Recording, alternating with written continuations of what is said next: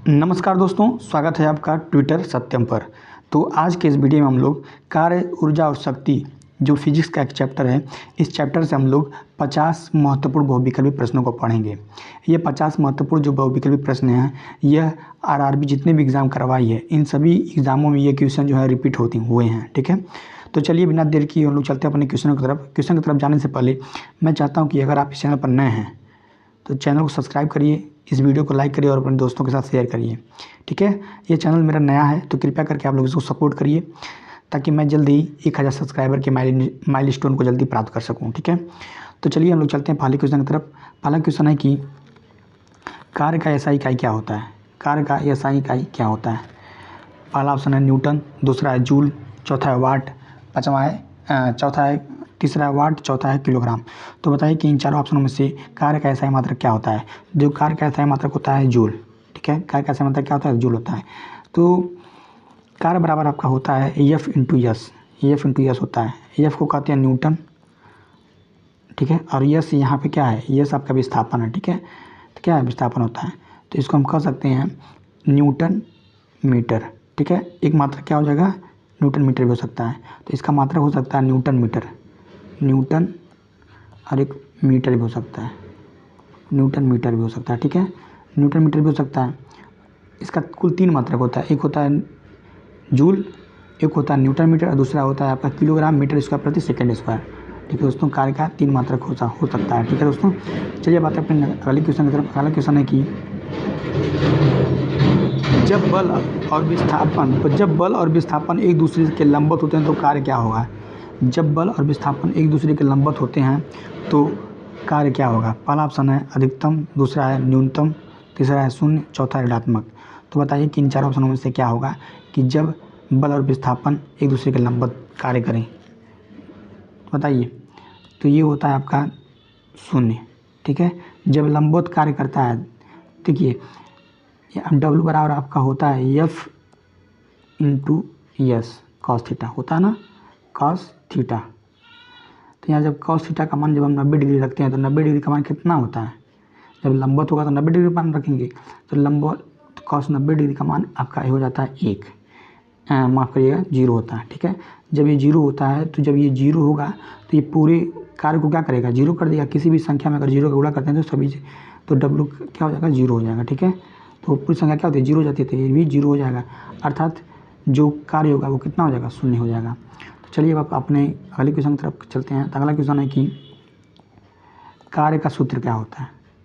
तो बताइए कार्य का सूत्र क्या है इन चार ऑप्शनों में से? तो जो कार्य का सूत्र होता है, बताएं आप लोगों को कि डब्ल्यू बराबर A F into D into cos theta. ठीक है, ये जो डी है वो डिस्प्लेसमेंट है। ठीक है, वो डी को दिखाया गया है। तो एफ डब्ल्यू बराबर होता है एफ डी कॉस थीटा। ये आपका ऑप्शन सही है। ठीक है दोस्तों, आते हैं अपने अगले क्वेश्चन की तरफ। अगला क्वेश्चन है कि 1 जूल कार्य का क्या अर्थ होता है? 1 जूल कार्य का क्या अर्थ होता है, बताना है आपको। तो बताइए इनमें से 1 जूल कार्य का क्या अर्थ होगा? तो पता है ए एफ इंटू यस होता है विस्थापन। तो एफ को किसे दिखाते हैं? न्यूटन से दिखाते हैं। तो न्यूटन कितने हैं? इसमें भी है, इसमें भी है, इसमें है। तो यानी कि ये वाला ऑप्शन सही होगा। 1 न्यूटन बल और 1 मीटर विस्थापन, यही तुम्हारा क्या होगा? यही आपका 1 जूल कार्य का अर्थ होगा। ठीक है दोस्तों, चलिए बातें अपने अगले क्वेश्चन की तरफ। अगला क्वेश्चन है कि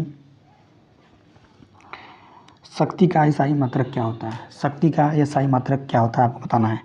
पहला ऑप्शन है जूल, दूसरा है न्यूटन, तीसरा है वाट, चौथा है सेकेंड। तो बताइए कि इनमें से शक्ति का एसआई मात्रक क्या होता है? तो जो शक्ति का एसआई मात्रक होता है वो होता है वाट। शक्ति का एसआई मात्रक क्या होता है? वाट होता है। शक्ति का एसआई मात्रक वाट होता है। अब अपने अगले क्वेश्चन की तरफ। अगला क्वेश्चन है कि शक्ति का सूत्र क्या होता है? शक्ति का सूत्र क्या होता है? Formula of power. तो चार बताइए ऑप्शन, चारों ऑप्शनों में से कौन सा ऑप्शन सही होगा शक्ति का? तो P बराबर आपका होता है, P बराबर आपका होता है W यानी वर्क अपॉन टाइम। ठीक है, जहाँ पे W अपॉन T दिखे वही सही ऑप्शन है। तो कौन सा ऑप्शन सही होगा? तो ये वाला ऑप्शन सही है। ठीक है, तो ये शक्ति का सूत्र क्या होता है? P बराबर W अपॉन T यानी वर्क अपॉन T समय। अब आते हैं अपने अगले क्वेश्चन की तरफ। अगला क्वेश्चन है कि यदि कोई व्यक्ति 50 जूल कार्य 10 सेकेंड में करता है तो उसकी शक्ति क्या होगी? तो ये फार्मूले पे आप रख दीजिए। फार्मूला क्या कहता है कि P बराबर W/T यही होता है। और W का मान कितना दिया हुआ है, 50 जूल दिया है, और T मतलब समय कितना है, 10 सेकेंड। तो 1 0 0 कट जाएगा तो कितना हो जाएगा, 5 वाट हो जाएगा। 5 वाट क्या हो जाएगा आपका, ये इसका आंसर होगा। तो शक्ति कितना होगा, 5 वाट, यानी कि ऑप्शन नंबर बी सही है। हम आते हैं अपने अगले क्वेश्चन की तरफ। अगला क्वेश्चन है कि ऊर्जा का एसआई इकाई क्या होता है। ऊर्जा का एसआई इकाई क्या होता है। तो जो ऊर्जा का एसआई इकाई होता है बताइए क्या होता है। न्यूटन होता है, जूल होता है, वाट होता है, कैलोरी होता है। इन चार ऑप्शन में बताइए कौन सा होता है। तो जो ऊर्जा का सही मात्रक होता है वो होता है जूल। जूल क्या होता है, ऊर्जा का सही मात्रक होता है। वाट शक्ति का होता है, ये शक्ति का होगा। न्यूटन जो होता है वो होता है आपका बल का मात्रक। कैलोरी जो होता है वो होता है ऊष्मा का मात्रक। ठीक है, अब आते हैं अपने अगले क्वेश्चन की तरफ। अगला क्वेश्चन है कि ये कैलोरी आपकी ऊर्जा का मात्रक ये भी होता है, लेकिन ये सही मात्रक नहीं होता है। ठीक है, अब आते हैं अपने अगले क्वेश्चन की तरफ। अगला क्वेश्चन है कि ऊर्जा संरक्षण का नियम क्या कहलाता है। ऊर्जा संरक्षण नियम कहता है क्या, तो हमको बताना है। पहला ऑप्शन है ऊर्जा उत्पन्न नहीं होती है, दूसरा है ऊर्जा नष्ट नहीं होती है, तीसरा है ऊर्जा रूप बदलती है, नष्ट नहीं होती, चौथा है ऊर्जा स्थिर नहीं रहती है। तो इन चारों ऑप्शन में से बताना है आपको कि ऊर्जा संरक्षण का नियम क्या कहता है। तो ऊर्जा संरक्षण का नियम ये कहता है कि ऊर्जा को हम तो न तो नष्ट कर सकते हैं, ना हम उसे बना सकते हैं, इसे हम एक रूप से दूसरे रूप में बदल सकते हैं। तो यानी कि ऑप्शन नंबर सी जो है वो सही है, ऊर्जा रूप बदलती है, नष्ट नहीं होती। ठीक है दोस्तों, अब आते हैं अपने अगले क्वेश्चन की तरफ। अगला क्वेश्चन कहता है कि स्थितिज ऊर्जा का सूत्र क्या है। स्थितिज ऊर्जा का सूत्र क्या है, यानी पोटेंशियल एनर्जी का सूत्र क्या होता है। तो पोटेंशियल एनर्जी का सूत्र होता है ये पहला ऑप्शन। पोटेंशियल एनर्जी का जो सूत्र होता है वो होता है mgh। ठीक है, ये होता है आपका पोटेंशियल एनर्जी का सूत्र। और काइनेटिक एनर्जी का सूत्र क्या होता है, तो ये वाला होता है, ये PE नहीं होगा यहाँ पे काइनेटिक एनर्जी KE होगा। ठीक है, तो काइनेटिक एनर्जी का जो फार्मूला होता है वो होता है 1/2 mv²। ठीक है, 1/2 mv²। ये काइनेटिक एनर्जी का फार्मूला, ये पोटेंशियल एनर्जी का फार्मूला है। अब आते हैं अपने अगले क्वेश्चन की तरफ। अगला क्वेश्चन है कि गतिज ऊर्जा का सूत्र क्या होता है। देखिए अभी बताएं आपको, गतिज ऊर्जा का सूत्र क्या होता है। काइनेटिक एनर्जी बराबर आपका होता है 1/2 mv²। ठीक है, 1/2 mv² कहाँ पे है, ये वाला ऑप्शन सही होगा। ठीक है, अब आते हैं अपने अगले क्वेश्चन की तरफ। अगला क्वेश्चन है कि यदि किसी वस्तु की वेग दुगुनी कर दी जाए तो गतिज ऊर्जा क्या होगा। ठीक है, यदि किसी वस्तु का वेग दुगुना कर दिया जाए, देखिए गतिज ऊर्जा फार्मूला क्या होता है। गतिज ऊर्जा फार्मूला कहता है, काइनेटिक एनर्जी का फार्मूला कहता है आपका कि 1/2 mv²। अगर हम वेग को दुगुना करेंगे तो जाहिर सी बात है काइनेटिक एनर्जी कितना हो जाएगा, 4 गुना हो जाएगा, 4 गुना हो जाएगा। ठीक है, 4 गुना हो जाएगा। तो ऑप्शन नंबर कौन सा हो जाएगा सही, ऑप्शन नंबर बी सही हो जाएगा। ठीक है दोस्तों, अब आते हैं अपने अगले क्वेश्चन की तरफ। अगला क्वेश्चन कहता है कि शक्ति का व्यवहारिक इकाई क्या है। शक्ति का जो व्यवहारिक इकाई होता है वो क्या होता है। शक्ति का व्यवहारिक इकाई क्या होता है ये आपको बताना है। पहला ऑप्शन है जूल, दूसरा है किलोवाट, तीसरा है वाट, चौथा है सेकेंड। तो जो शक्ति का जो व्यवहारिक इकाई होता है, प्रैक्टिकल यूनिट जो होता है वो होता है वाट। ठीक है, क्या होता है वाट, ये शक्ति का क्या होता है, व्यवहारिक इकाई होता है। ठीक है दोस्तों, अब आते हैं अपने अगले क्वेश्चन की तरफ। अगला क्वेश्चन है कि 1 हॉर्स पावर बराबर कितना होता है। ऑप्शन है 146 वाट, दूसरा है 1 किलोवाट, तीसरा है 1000 वाट, चौथा है 100 वाट। तो बताइए कि 1 हॉर्स पावर बराबर क्या होता है। तो 1 हॉर्स पावर बराबर होता है आपका 446 वाट होता है। ठीक है, 446 वाट होता है। अब आते हैं अपने अगले प्रश्न की तरफ। अगला प्रश्न है कि किसी वस्तु को ऊपर उठाने में किया गया कार्य क्या होता है। किसी वस्तु को ऊपर उठाने में किया गया कार्य क्या होगा। जो किया गया कार्य होता है वो होता है धनात्मक। ठीक है, वो कार्य कैसा होता है, धनात्मक। किसी वस्तु को अगर हम ऊपर उठाएंगे तो जो किया गया कार्य होता है वो धनात्मक होता है। ठीक है दोस्तों, आते हैं अपने अगले क्वेश्चन की तरफ। अगला क्वेश्चन है कि यदि वस्तु गिरती है तो गुरुत्वाकर्षण बल द्वारा किया गया कार्य क्या होगा। यदि वस्तु गिरती है तो गुरुत्वाकर्षण बल द्वारा किया गया कार्य क्या होता है। धनात्मक होता है, ऋणात्मक होता है, शून्य होता है, अधिकतम होता है। तो बताइए इन चारों ऑप्शन में से कौन सा ऑप्शन सही होगा। तो ये होता है धनात्मक। ठीक है, जब पृथ्वी किसी चीज़ को अपनी तरफ खींचेगी तो वो धनात्मक रूप में कार्य करता है। ठीक है, तो क्या हो जाता है, धनात्मक हो जाएगा। यदि वस्तु गिरती है तो गुरुत्वाकर्षण बल द्वारा किया गया कार्य धनात्मक होगा। चलिए बात है अपने अगले क्वेश्चन की तरफ। अगला क्वेश्चन है कि यांत्रिक ऊर्जा किसे कहते हैं, यांत्रिक ऊर्जा किसके बराबर होता है, बताना है ऑप्शन। पहला ऑप्शन है गतिज ऊर्जा प्लस स्थितिज ऊर्जा का योग होता है, केवल गतिज ऊर्जा, केवल स्थितिज ऊर्जा या ऊष्मीय ऊर्जा। तो जो यांत्रिक ऊर्जा होता है यह स्थितिज ऊर्जा यानी कि पोटेंशियल एनर्जी और काइनेटिक एनर्जी के योग को ही क्या कहते हैं, यांत्रिक ऊर्जा कहते हैं, यांत्रिक ऊर्जा कहते हैं। ठीक है, यांत्रिक ऊर्जा कहते हैं। अब आते हैं अपने अगले प्रश्न की तरफ। अगला प्रश्न है कि ऊर्जा परिवर्तन का उदाहरण है, ऊर्जा परिवर्तन का कौन सा उदाहरण है। पहला ऑप्शन है बल्ब में विद्युत से प्रकाश बनना, पंखा चलना, कार का इंजन या सभी। ध्यान से समझिएगा, इन चारों ऑप्शनों में ऊर्जा जो है एक रूप से दूसरे रूप में बदल रहा है। ठीक है, इसमें क्या हो रहा है कि विद्युत ऊर्जा किसमें बदल रही है, पहले ऑप्शन में बल्ब में विद्युत से प्रकाश। ठीक है, बल्ब में क्या होता है, विद्युत से प्रकाश, यानी कि विद्युत ऊर्जा किसमें बदल रही है, प्रकाश ऊर्जा बदल रही है। पंखा में क्या हो रहा है, पंखा में आपका विद्युत ऊर्जा यांत्रिक ऊर्जा बदल रहा है। कार इंजन में क्या हो रहा है, कार इंजन में आपका यांत्रिक ऊर्जा गति ऊर्जा बदल रहा है। तो ये आपका क्या होता है, ऊर्जा परिवर्तन का उदाहरण होता है, यानी कि ये सभी जो हैं ऊर्जा परिवर्तन के उदाहरण हैं।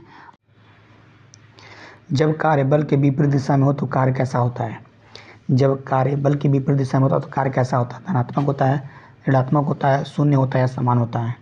ठीक है दोस्तों, तो जो कार्य होता है वो होता है ऋणात्मक। ठीक है, कार्य कैसा होता है, ऋणात्मक होता है। अब आते हैं अपने अगले प्रश्न की तरफ, यानी नेक्स्ट प्रश्न की तरफ। 1 किलोवाट घंटा बराबर कितना होता है। पहला ऑप्शन है 100 जूल, दूसरा है 3600 जूल, तीसरा है 3.6 × 10⁻6 जूल, चौथा है 360 जूल। तो बताइए कि इन चार ऑप्शन में से कौन सा ऑप्शन सही है। ठीक है, इन चार ऑप्शन में से कौन सा ऑप्शन सही है। तो ये है आपका 3.6 × 10⁻6 जूल होता है। ठीक है दोस्तों, 1 किलोवाट घंटा बराबर होता है। अब आते हैं अपने अगले प्रश्न की तरफ। अगला प्रश्न है कि जब बल और विस्थापन एक ही दिशा में हो तो कार्य कैसा होता है। जब बल और विस्थापन एक ही दिशा में होता है तो कार्य कैसा होता है, ये आपको बताना है। शून्य होता है, ऋणात्मक होता है, धनात्मक होता है, अनिश्चित होता है। तो ये होता है धनात्मक। ठीक है, ये कैसा होता है, धनात्मक होता है। जब बल और विस्थापन एक ही दिशा में होता है तो कार्य कैसा होगा, धनात्मक होगा। अब आते हैं अपने अगले प्रश्न की तरफ। अगला प्रश्न है कि गतिज ऊर्जा वेग पर निर्भर करती है, गतिज ऊर्जा वेग पर निर्भर करती है, बताना है आपको। तो गतिज ऊर्जा वेग पर निर्भर करती है, द्रव्यमान पर, वेग पर, दोनों पर या किसी पर नहीं। देखिए जो गतिज ऊर्जा होती है, यानी कि गतिज ऊर्जा बराबर क्या होता है आपको, काइनेटिक एनर्जी। काइनेटिक एनर्जी बराबर आपका होता है, काइनेटिक एनर्जी बराबर होता है 1/2 mv²। देखिए m क्या है, द्रव्यमान है, v क्या है, वेग है। यानी ये वेग पर भी निर्भर कर रही है और द्रव्यमान पर भी निर्भर कर रही है, वेग पर और द्रव्यमान दोनों पर निर्भर कर रही है, इसीलिए ये दोनों पर निर्भर करेगी। ठीक है, द्रव्यमान पर भी और वेग पर भी। अब आते हैं अपने अगले प्रश्न की तरफ। अगला प्रश्न है कि जब कोई वस्तु धरती से ऊपर उठाई जाती है तो गतिज ऊर्जा बढ़ती है, स्थितिज ऊर्जा बढ़ती है, दोनों घटती है, कोई परिवर्तन नहीं होता है। ठीक है, ध्यान से, जब हम किसी वस्तु को धरती से ऊपर उठाते हैं तो इसकी स्थितिज ऊर्जा बढ़ती है। ठीक है, किसकी ऊर्जा बढ़ती है, तो इसकी पोटेंशियल एनर्जी क्या होती है, बढ़ती रहती है। छत पर रखे टंकी में जो पानी भरा होता है उसमें स्थितिज ऊर्जा होती है। जब हम बांध बना देते हैं तो बांध के किनारे जो पानी इकट्ठा हुआ रहता है उसमें स्थितिज ऊर्जा रहती है। ठीक है दोस्तों, अब आते हैं अपने अगले प्रश्न की तरफ। अगला प्रश्न है कि वह कार्य जिसमें बल और विस्थापन के बीच 90 डिग्री हो, तो बताइए अधिकतम होता है, शून्य होता है, न्यूनतम होता है, ऋणात्मक होता है। आपको बताना है कि वह कार्य जिसमें बल और विस्थापन के बीच 90 डिग्री का कोण होता है। तो आपको पता ही है कि जब cos 90 डिग्री का मान क्या होता है, शून्य होता है, और जब किसी भी संख्या में शून्य का गुणा होता है तो वो क्या हो जाता है, शून्य का हो जाता है। ठीक है, तो ये क्या हो जाएगा, शून्य हो जाएगा। ठीक है दोस्तों, अब आते हैं अपने अगले क्वेश्चन की तरफ। अगला क्वेश्चन है कि 100 वाट बल्ब का अर्थ क्या है। 100 वाट बल्ब का अर्थ क्या है। 100 जूल प्रति सेकंड ऊर्जा खपत हो रही है, 100 जूल प्रति मिनट ऊर्जा खपत हो रही है, 100 न्यूटन प्रति सेकंड बल्ब होता है, 100 जूल प्रति घंटा ऊर्जा खपत हो रही है, बताना है आपको। तो ये पहला ऑप्शन है 100 जूल प्रति सेकंड, ये ऊर्जा क्या हो रही है, खपत हो रही है। ठीक है दोस्तों, अब आते हैं अपने अगले प्रश्न की तरफ। अगला प्रश्न है कि 1 किलोवाट घंटा किसके बराबर होता है। तो अभी जस्ट आपके कुछ समय पहले बताएं कि जो 1 किलोवाट होता है, वाट घंटा होता है, वो होता है ऑप्शन नंबर बी 3.6 × 10⁻6 जूल। ठीक है, ये आपका होता है क्या, 1 किलोवाट घंटा के बराबर होता है। ठीक है, अब आते हैं अपने अगले प्रश्न की तरफ। अगला प्रश्न है कि कार्य शक्ति और ऊर्जा कार्य यदि कोई वस्तु स्थिर गति से वृत्ताकार पथ पर घूमती है तो किया गया कार्य क्या होगा। पहला ऑप्शन है धनात्मक, दूसरा ऋणात्मक, तीसरा शून्य, चौथा है अधिकतम। चलिए बताइए कौन सा ऑप्शन सही होगा। तो ये होगा शून्य। ठीक है, जब इसमें विस्थापन होगा ही नहीं, वस्तु पुनः लौट कर पुनः उसी पॉइंट पर आ जा रही है, यहाँ से जाएगी लौट के पुनः उसी पॉइंट पर आ जा रही है, तो विस्थापन जीरो हो जाएगा। जब विस्थापन जीरो होगा तो कार्य क्या हो जाएगा, जीरो हो जाएगा। तो यानी कि ये क्या हो जाएगा, कार्य शून्य हो जाएगा। अब आते हैं अपने अगले प्रश्न की तरफ।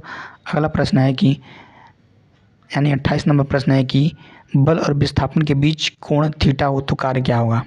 तो जो कार्य होता है बताएं आपको, डब्लू बराबर क्या होता है, डब्लू बराबर आपका होता है F × S cos थीटा होता है ना, होता है। और जब इसी थीटा का मान 90 डिग्री होता है तो कार्य शून्य हो जाता है, लंबवत कार्य होगा।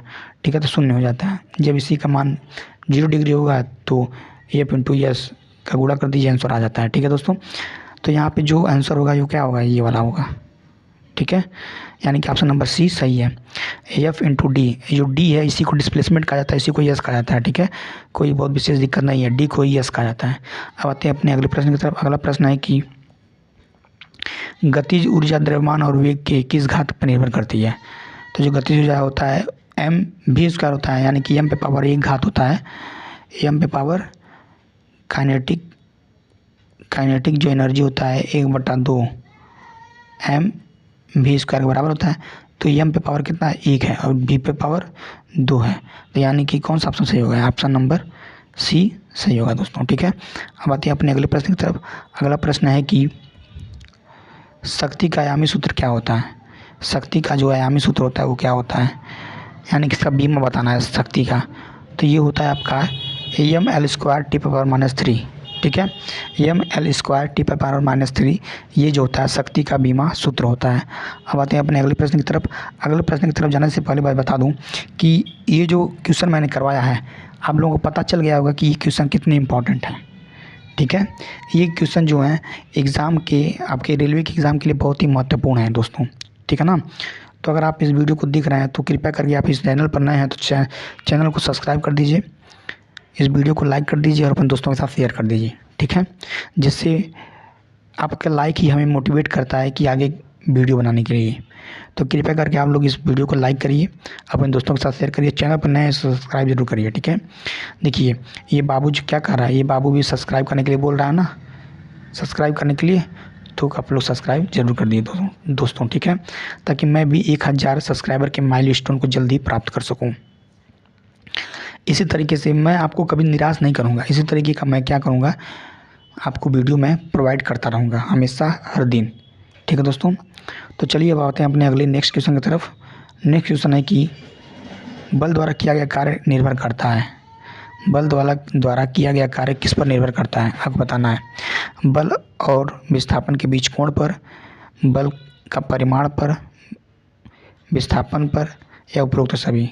देखिए जो बल द्वारा किया गया कार्य होता है, आपके बताएं कि W बराबर क्या होता है, F × S cos थीटा होता है ना। तो ये कोण पर भी निर्भर कर रहा है, विस्थापन पर भी निर्भर कर रहा है और बल पर भी निर्भर कर रहा है। तो इसलिए ये क्या हो जाएगा, उपरोक्त सभी हो जाएगा। ठीक है दोस्तों, अब आते हैं अपने अगले प्रश्न की तरफ।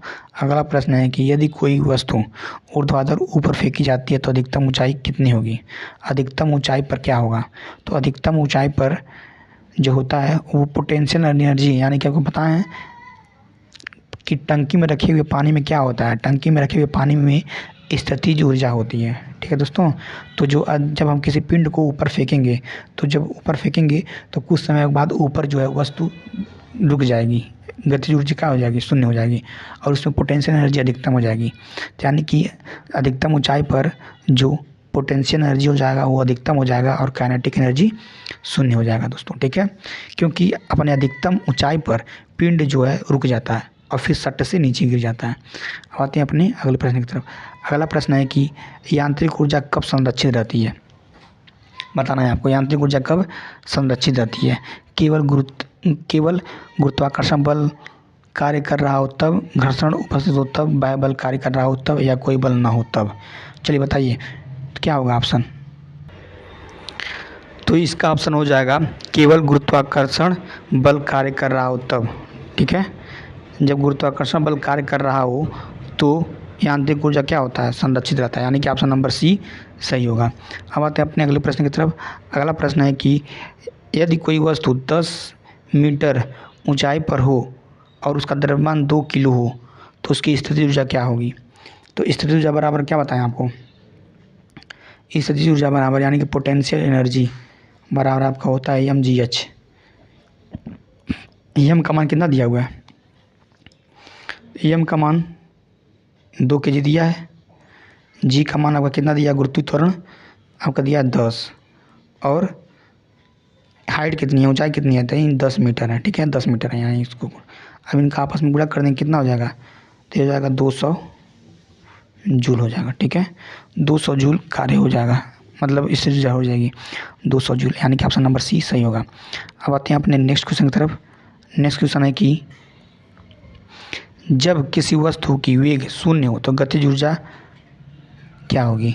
जब किसी वस्तु का वेग शून्य होगा तो गतिज ऊर्जा भी शून्य हो जाएगी, जाहिर सी बात है। गतिज ऊर्जा का फार्मूला क्या होता है, काइनेटिक एनर्जी।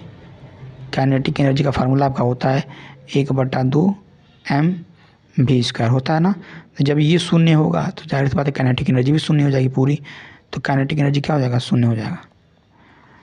तो ये वाला ऑप्शन सही है, यानी कि सी वाला ऑप्शन। अब आते हैं अपने 36 नंबर क्वेश्चन की तरफ। देखिए हम लोग अपने क्वेश्चन के नज़दीक पहुंच गए हैं। ठीक है, अपने अंतिम क्वेश्चन के नज़दीक पहुंच रहे हैं। तो कृपया करके अगर आप लोग इस वीडियो पर नए हैं तो चैनल को सब्सक्राइब जरूर करिएगा। ठीक है, इस वीडियो को लाइक करिएगा। अब आते हैं अपने अगले क्वेश्चन की तरफ। अगला क्वेश्चन है कि यदि शक्ति स्थिर रहे और समय दोगुना हो जाए तो कार्य क्या होगा। देखिए शक्ति स्थिर है और समय दोगुना है तो जाहिर सी बात है कार्य भी कैसा रहा होगा, दोगुना रहा होगा, तभी ना शक्ति स्थिर है। ठीक है ना, समझिएगा ना, सिर्फ फिर से बता रहे हैं।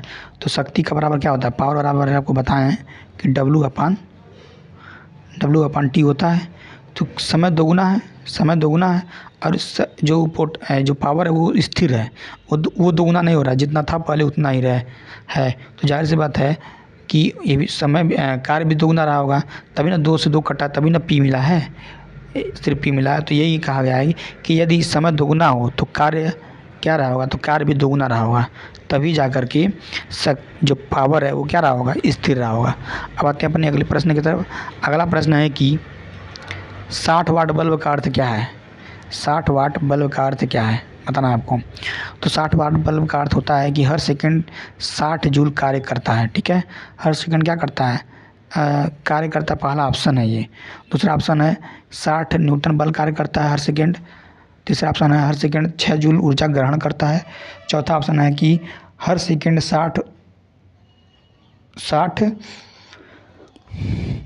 वाट कार्य करता है, आपको ये बताना है। ठीक है, तो ये होता है आपका ऑप्शन नंबर सी, हर सेकंड 60 जूल क्या करता है, ऊर्जा ग्रहण करता है। 60 वाट बल्ब का अर्थ यही है। ठीक है, अब आते हैं अपने अगले प्रश्न की तरफ। अगला प्रश्न है कि ऊर्जा की इकाई क्या नहीं है, कौन सी नहीं है, आपको ये बताना है। देखिए ऊर्जा की इकाई आपका जूल भी होता है, कैलोरी भी होता है और किलोवाट घंटा भी होता है, लेकिन जो वाट होता है वो किसका मात्रक है, ये आपका शक्ति का मात्रक है। किसका मात्रक है, ये आपका शक्ति का मात्रक है। अब आते हैं अपने अगले प्रश्न की तरफ। अगला प्रश्न है कि गतिज ऊर्जा और संवेग का संबंध क्या होता है। गतिज ऊर्जा और संवेग में क्या संबंध होता है, ये बताना है आपको। ध्यान दीजिएगा, जो ऑप्शन नंबर ए है ना, ये सही है, यानी कि काइनेटिक एनर्जी बराबर आपका होता है P² बटे 2m। ये क्या होता है? ये गतिज ऊर्जा संवेग में संबंध को दर्शाता है, संबंध को, रिलेशन को दर्शाता है। ठीक है, अब आते हैं अपने अगले प्रश्न की तरफ। अगला प्रश्न है कि जब कोई बल किसी वस्तु पर कार्य नहीं करता है, जब कोई बल किसी वस्तु पर कार्य नहीं करेगा तो कार्य क्या होगा? जाहिर सी बात है शून्य होगा। होगा कि नहीं होगा? कार्य शून्य होगा। यानी कि W बराबर क्या होता है? F into S. जब बल कार्य ही नहीं करेगा तो बल का मान क्या हो जाएगा? 0 हो जाएगा। तो जाहिर सी बात है कार्य क्या होगा? शून्य हो जाएगा। अब आते हैं अपने अगले प्रश्न की तरफ। अगला प्रश्न है कि एक बल 10 न्यूटन किसी वस्तु पर 5 मिनट तक विस्थापित करता है, तो बल और विस्थापन एक ही दिशा में, तो कार्य क्या होगा? बताना है आपको। एक बल 10 न्यूटन किसी वस्तु पर 5 मीटर तक विस्थापित करता है, तो बल और विस्थापन एक ही दिशा में, तो कार्य क्या होगा? तो ये डायरेक्ट आपका न्यूमेरिकल में रख दीजिए, सूत्र में रख दीजिए, सवाल हल हो जाएगा। तो क्या पूछा है? कार्य पूछा है, आपका कार्य पूछा है। तो W बराबर बताएं आपको क्या होता है? F इंटू एस होता है ना दोस्तों। तो F का मान कितना दिया हुआ है? 10 न्यूटन दिया, और कितना विस्थापित हो रहा है? तो 5 मीटर। तो आपका कितना हो जाएगा? 50 जूल हो जाएगा। तो क्या हो जाएगा? कार्य का मतलब जूल होता है, तो ये आपका 50 जूल हो जाएगा। यानी ऑप्शन नंबर कौन सा हो जाएगा? ऑप्शन नंबर बी सही है। ऑप्शन नंबर बी क्या है? सही है। अब आते हैं अपने अगले प्रश्न की तरफ। अगला प्रश्न है कि 20 न्यूटन बल और विस्थापन के बीच का कोण 60 है। यदि विस्थापन 2 मीटर है तो कार्य क्या होगा? ठीक है, कार्य क्या होगा ये बताना है आपको। तो कार्य क्या होगा ये बताना है आपको। देखिए दोस्तों, सबसे पहले हमको यहाँ पे पहले बात तो हमको फार्मूला पहले इसको समझाना पड़ेगा। ठीक है, तो फार्मूला को समझने के लिए सबसे पहले हमको फार्मूला समझना पड़ेगा। तो फार्मूला कहता है कि F बराबर क्या होता है? F बराबर आपका होता है W बराबर आपका होता है F into S cos theta होता है। कॉस थीटा, यहाँ पे थीटा कितना दिया हुआ है? 60 डिग्री दिया है। ठीक है, 60 डिग्री दिया है। तो 60 डिग्री दिया है तो सबसे पहले हमको कॉस के सारे वैल्यूज़ को पता होना चाहिए। कॉस 0 डिग्री का मान आपका 1 होता है। कॉस 0 डिग्री का मान कितना होता है? 1 होता है। ठीक है, कॉस 30 अंश का मान आपका क्या होता है? तो कॉस 30 अंश का मान आपका होता है करणी में 3/2। कितना होता है? करणी में 3/2, करणी में 3/2 होता है। कॉस 45 अंश का मान, कॉस 45 अंश का मान, कॉस 45 अंश का मान आपका होता है, कॉस 45 का मान करणी में 2/2 होता है। ठीक है, और कॉस 60 अंश का मान जो होता है वो होता है आपका 1/2। कितना होता है? 1/2 होता है। और कॉस 90 डिग्री का मान 0 होता है। कॉस 90 डिग्री का मान 0 होता है। ठीक है, तो हम यहाँ पे कॉस 60 डिग्री का मान क्या रखेंगे? 1/2 रखेंगे। कॉस 60 डिग्री का मान क्या रखेंगे? 1/2 रखेंगे। ठीक है, तो चलिए हम लोग चलते हैं अपने सवाल की तरफ। सवाल है कि 20 न्यूटन बल, यानी कि जो F है वो कितना कार्य कर रहा है? तो F है आपका 20 न्यूटन। 20 न्यूटन। विस्थापन कितना हो रहा है? 2 मीटर। विस्थापन आपका कितना हो रहा है? 2 मीटर हो रहा है। ठीक, और कोण कितना बन रहा है? 60 डिग्री। कॉस 60 डिग्री का मान आपको पता है, ये 2 होता है, 1/2 होता है। 2 से 2 कट जाएगा, आपका कितना हो जाएगा? 20 जूल आपका क्या हो जाएगा? कार्य हो जाएगा। अब आते हैं अपने अगले प्रश्न की तरफ। अगला प्रश्न है कि 2 kg वस्तु 3 मीटर प्रति सेकंड के चाल से चल रही है, तो इसकी गतिज ऊर्जा क्या होगा ये बताना है आपको। तो आपको बताएं क्या, आपको बताएं हैं कि जो गतिज ऊर्जा का जो फार्मूला होता है वो होता है 1/2 mv²। तो हम रखेंगे 1/2 m का मान कितना दिया हुआ है? 2 हो दिया है, 2 kg। और v का मान 3 का स्क्वायर हो जाएगा, तो 3 तरीका 9 हो जाएगा। 2 से 2 कट जाएगा, तो ये कितना हो जाएगा? गतिज ऊर्जा 9 जूल हो जाएगा। ठीक है, यानी कि ऑप्शन नंबर सी सही हो जाएगा। अब आते हैं अपने अगले प्रश्न की तरफ। अगला प्रश्न है कि 5 kg द्रव्यमान की वस्तु 10 मीटर ऊंचाई तक उठाया जाता है, तो इसकी स्थितिज ऊर्जा क्या होगी ये हमको बताना है। तो स्थितिज ऊर्जा का फार्मूला क्या होता है? तो mgh हो जाता है। ठीक है, पोटेंशियल एनर्जी का फार्मूला क्या होता है? mgh होता है। तो m का मान 5 दिया है, g का मान आपका 10 दिया है, और g का मान आपका 10 दिया है, और h का मान कितना दिया हुआ? 10 मीटर दिया हुआ। तो अब इसका गुणा कर देंगे तो आंसर आ जाएगा, यानी कि 10 में 10 गुणा करेंगे तो 100 हो जाएगा, 5 गुणा करेंगे तो 500 हो जाएगा, यानी 500 जूल हो जाएगा। ठीक है दोस्तों, 500 जूल कार्य करना पड़ेगा। इसकी स्थिति ऊर्जा कितनी हो जाएगी, 500 जूल हो जाएगी। अब आते हैं अपने अगले प्रश्न की तरफ। अगला प्रश्न है कि 100 जूल कार्य 5 सेकंड में किया गया तो शक्ति क्या होगी। तो शक्ति बराबर क्या होता है, वर्क अपॉन टाइम होता है, वर्क अपॉन टाइम होता है। तो पी बराबर आपका क्या होता है, वर्क अपॉन टाइम होता है। तो वर्क कितना मान दिया हुआ है, 100 जूल दिया है, 100 जूल, और समय कितना है 5। तो आपको बताना है कि कितना वाट कार्य हुआ है। तो 5 से 5 काट दो, 5 से 10 काटेंगे तो 20 हो जाएगा। तो यानी कि ये कितना हो जाएगा, 20 वाट हो जाएगा। तो कार्य क्या हो जाएगा, 20 वाट हो जाएगा, या शक्ति क्या हो जाएगा, 20 वाट हो जाएगा, यानी कि ऑप्शन नंबर ए सही है। अब आते हैं अपने अगले प्रश्न की तरफ। अगला प्रश्न है कि एक बल 50 न्यूटन किसी वस्तु पर 60 डिग्री कोण पर 10 मीटर खींचता है, तो बताइए कि कार्य क्या होगा। ठीक है, तो कार्य बताना है आपको। तो कार्य का फॉर्मूला क्या आता है, W बराबर F into S cos theta होता है, कॉस थीटा। और इस कितना डिग्री है, 60 डिग्री का, यानी कि 60 डिग्री का मान आपको बताएं तो 1/2 होता है। कॉस 60 डिग्री का मान 1/2 होता है। तो एफ कितना है, 50 है। विस्थापन कितना हो रहा है, 10 मीटर हो रहा है। और कॉस 60 डिग्री का मान 1/2 होता है। 2 से 2 काटेंगे तो ये 5 हो जाएगा।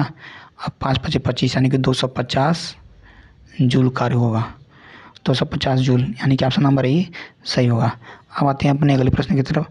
अगला प्रश्न है कि एक मोटर 100 जूल कार्य 20 सेकंड में करती है तो शक्ति क्या होगी। तो फार्मूला होता है पावर बराबर work upon time, work upon time होता है। तो ये क्या हो जाएगा,